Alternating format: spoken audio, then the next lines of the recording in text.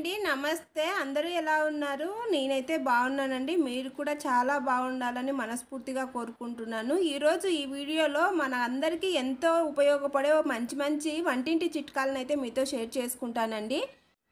మీరు మొదటిసారిగా మా వీడియోస్ చూస్తున్నట్టయితే లైక్ చేయండి, షేర్ చేయండి. మరిన్ని వీడియోస్ కోసం మా ఛానల్ను సబ్స్క్రైబ్ చేయండి. మీరు చేసే ప్రతి లైక్ మాకు సపోర్ట్గా ఉంటుంది.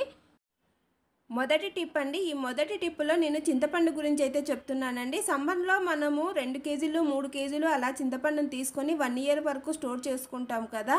నార్మల్గా అయితే ఫ్రిడ్జ్లో పెట్టి స్టోర్ చేసుకుంటాము. అలా ఫ్రిడ్జ్లో పెట్టకుండా బయట పెట్టినా కూడా నల్లగా కాకుండా ఉండాలి, పురుగు పట్టకుండా ఉండాలి అంటే ఈ టిప్ని అయితే ఫాలో కండి. మనము ఏ బాక్స్లో అయితే చింతపండును స్టోర్ చేసుకుంటున్నామో ఆ బాక్స్లో ఇలా కల్లుప్పు వేసి లేయర్గా కల్లుప్పు వేసేసి చింతపండులో పిచ్చలు ఈకలు లాంటివి ఏమీ లేకుండా చూసుకొని ఇలా స్టోర్ చేసుకున్నామంటే చింతపండు కలర్ మారకుండా అలాగే పుచ్చు పట్టకుండా సంవత్సరం వరకు ఉంటుందండి.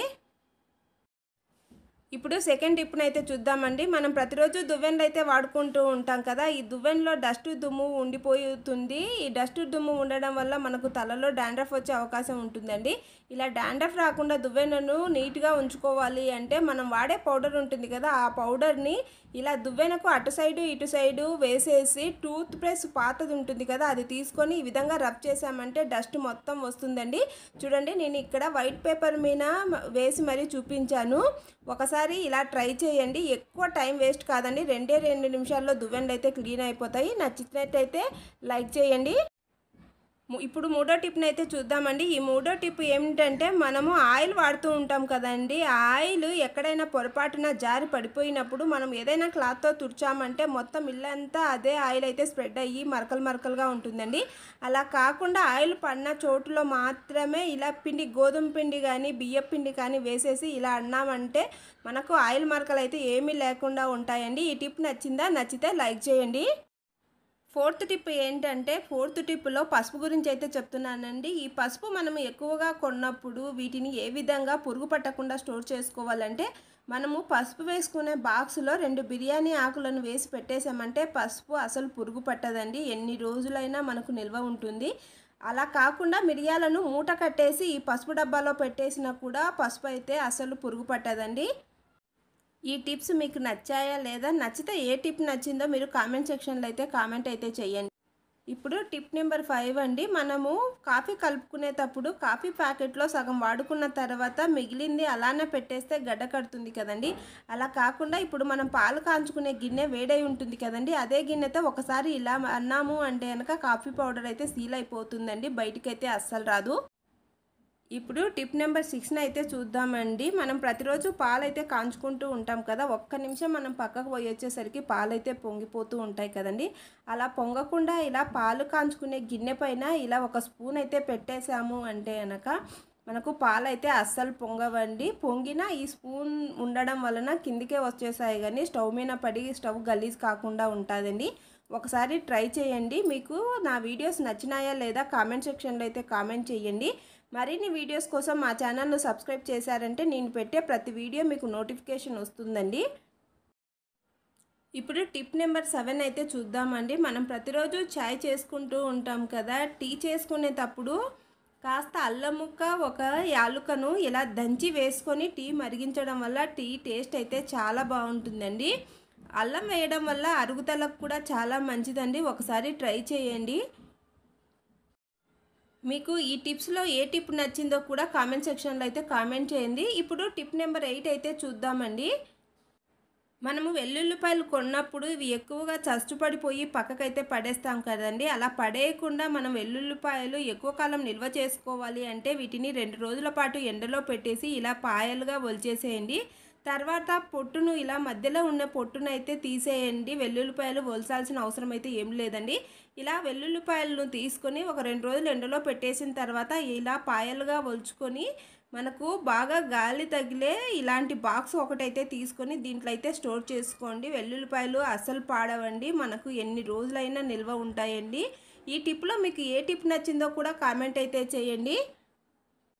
తర్వాత టిప్ నెంబర్ 9 అయితే చూద్దామండి. మనము తమలపాకులు పూజ కోసము ఫంక్షన్‌లలో ఎక్కువగా తెచ్చుకుంటూ ఉంటాం కదా! ఇలా తమలపాకులు తెచ్చుకొని స్టోర్ చేసుకుందామంటే ఇవి ఈ సమ్మర్‌లో ఎక్కువైతే నిల్వ ఉండవండి.